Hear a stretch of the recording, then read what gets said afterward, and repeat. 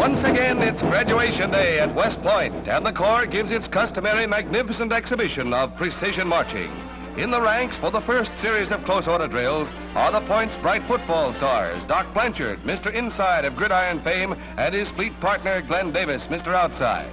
Both march with the graduating class as they leave the ranks to await the review that will be held in their honor. There are 310 in the class of 1947, receiving the parting tribute of fellow West Pointers as they stride by.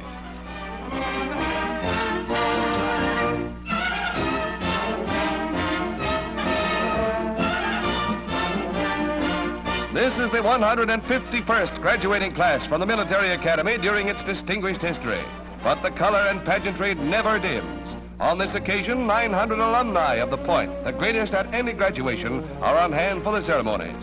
Men who brought glory to American arms at the four corners of the earth thrill again as members of the graduating class salute the Academy's colors.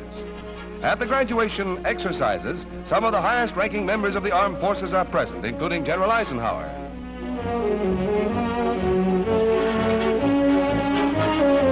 Brigadier General Robert Montague presents the diploma to his son, Cadet Robert Montague, Jr., honor man of his class, as the cadets line up in order of their standing in the class. A chapter in West Point football history closes as Doc Blanchard receives his diploma from General Taylor, Superintendent of the Academy.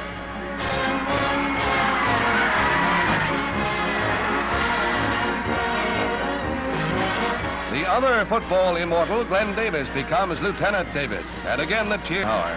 In the hands of these young men lies America's defense. West Point has prepared them well.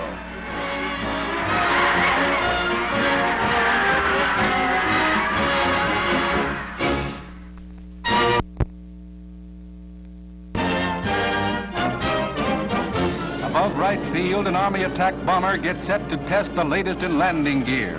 The novel tractor-type gear will increase the usability of hundreds of airfields and permit air transportation of heavy aircraft into areas now considered unsafe because of inadequate landing facilities. The rubber belt withstands landing speeds up to 120. On a field like this, a plane equipped with conventional landing gear would very likely crack up. The Caterpillar gear makes for both efficiency and safety.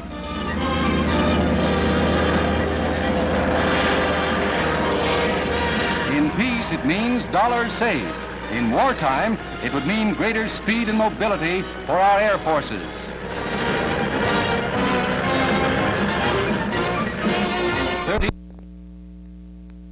More than 200 others were injured when a tornado struck with savage fury near Pine Bluff, Arkansas. Parts of houses are literally wrapped around telephone poles, and the wreckage yields the bodies of tiny victims killed in their sleep. The twister leaves in its wake the inevitable tragedy of bereavement and homelessness. Families are torn apart, and even pets wait forlornly as homes are wrenched from their foundations. It's a scene of complete desolation. Men stand helpless before a force that levels all in its path. From once launched explosive-laden balloons. Today, all is peaceful and very polite, as occupation troops interrogate natives who remember the war days and the lethal weapons devised to harass an enemy across the Pacific. The launching sites were well hidden. Hundreds of the balloons came down in Canada and the United States. Incendiaries and high explosive bombs caused some damage, but demolition squads were on constant alert. Most landed without exploding. The threat, however, persisted until the war's end, and only today we learn a secret long shrouded in wartime censorship. A desperate Nippon tried anything, but the balloon menace was foiled.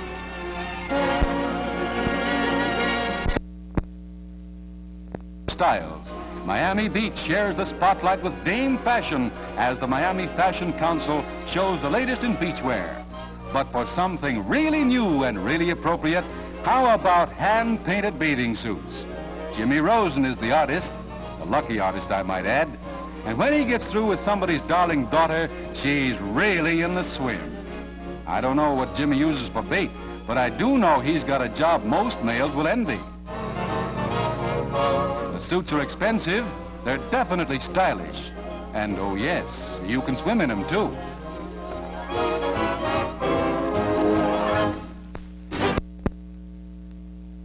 One side, baseball. The Wild West is here in Yankee Stadium. Not baseball. Today it's rodeo time. Ken Maynard and Tarzan salute the thrill-hungry fans.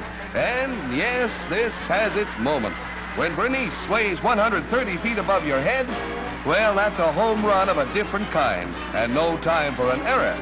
Up there, you've got to be on the ball every precious second. Bernice uses no net. Roundup time in Manhattan continues. Gregoresco is billed as the man who hangs himself. Hold on, here he goes.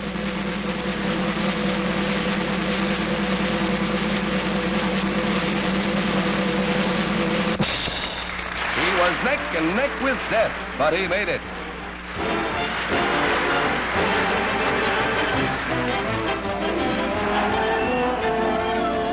Staying on board the Brownosphere is something like a merry-go-round. You stays on longer if you get the brass ring. And if you miss, well, off you go.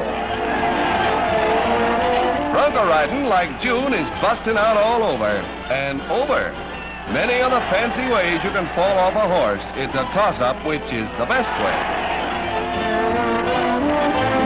As a finale, this one tops them all. A smashing double in the old ballpark.